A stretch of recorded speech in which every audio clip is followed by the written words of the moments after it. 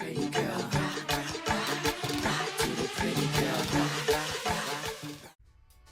What's up, y'all? It's your girl Jasmine, and I'm back with another video here on the Pretty Lounge channel. So I am starting off with my client. I did shampoo and blow dry her before we started this video. And yeah, we're going to be doing a glueless wig install. So I'm going to start by just corn rolling her hair back in my infamous braid down pattern. I like to create a base at the back so she doesn't have, all cornrows going straight back, and then the pickup method that can cause a little bit of tension at the back of your client's neck. So I have done a new braid pattern where I braid the first braid down on one side, carried it all the way across in the back, and then I braid another braid down on the other side and carry that back across the back while picking up the braid. So this creates a nice seamless base at the back where there's not a bunch of tension back there.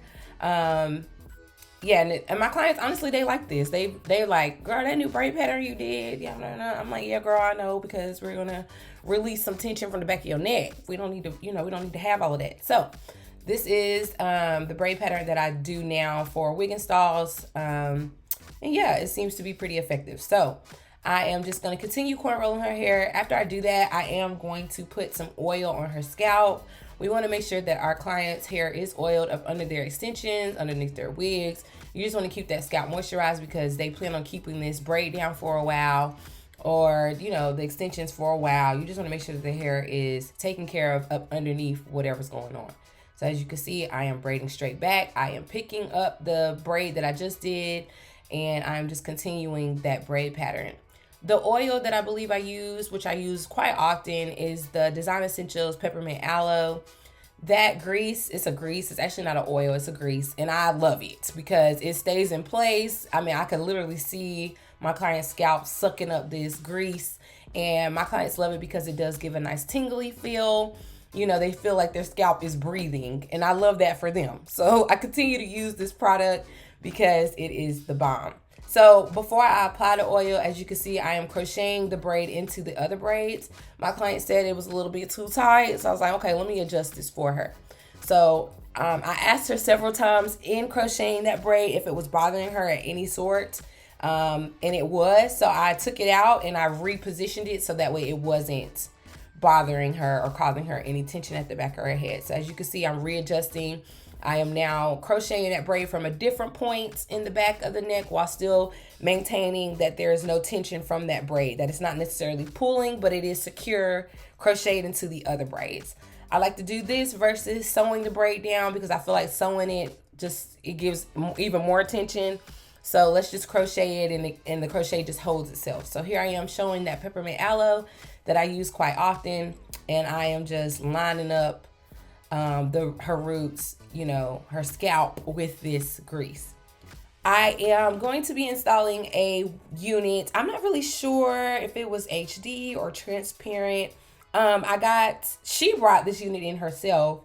Let me look up the stylist's name. Her Instagram page is Made in Paris. That's where she got this unit from. And honestly, it was very well constructed. I was admiring the unit because, yeah, it gave. I'm like, okay, Miss Made in Paris, yes. So I know one of her Instagram names is Made in Paris, and then her other Instagram page is Paris Alexa Collection. And my client did send me these Instagram pages, so this is all I have to go off of. One page is called Made in Paris, that's made with 2 E's, and her other page is Paris Alexa Collection. You can find her on Instagram. So the unit came, it was plucked perfectly. The knots were already bleached, so I didn't have to do all of that. It did have baby hairs on it, and my client asked that I push those back, so I did do that for her. I really didn't have to do that much. She didn't want a cap. She was going to Paris. Actually, my client was going to Paris for like a quick 3 or 4 day trip. So she wanted a glueless install. So that way when she got back, she could take her wig off and then just continue to have her cornrows so she can go to the gym. And then at that point, she planned to just wear the wig glueless on and off. So I just put a little bit of that cream foundation on the parts, and I put some also underneath the wig on the closure just to give it a, perfect match to my client's skin. I am now going in just to fix a little bit of the over bleached knots, and I know that's like a thing, it can happen. But in the install, I want to make sure that there are no like blonde hairs at the root. So I go in with a eyelash roller or a mascara wand. Oh, like an eyelash roller.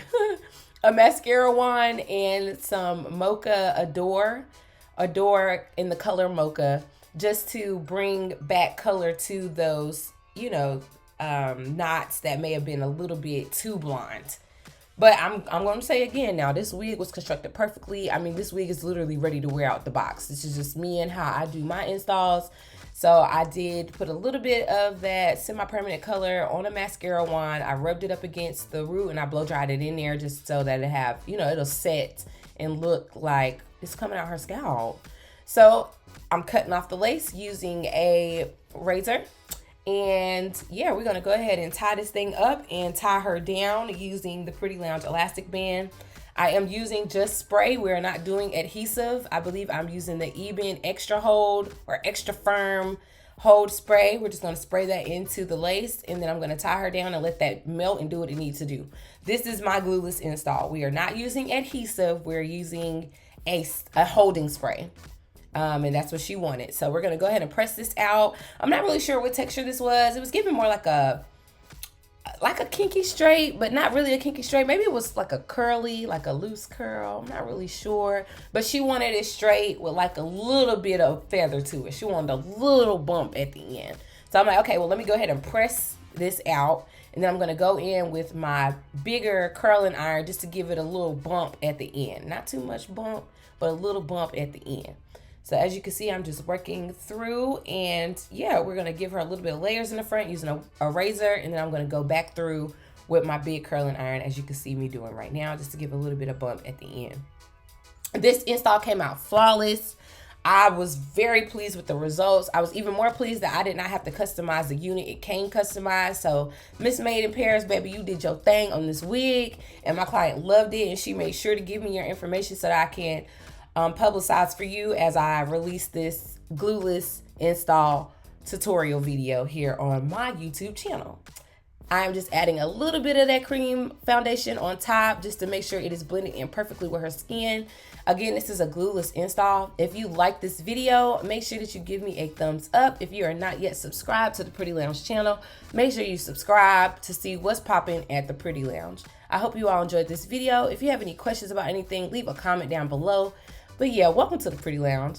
Okay, and I hope to see y'all back here again soon.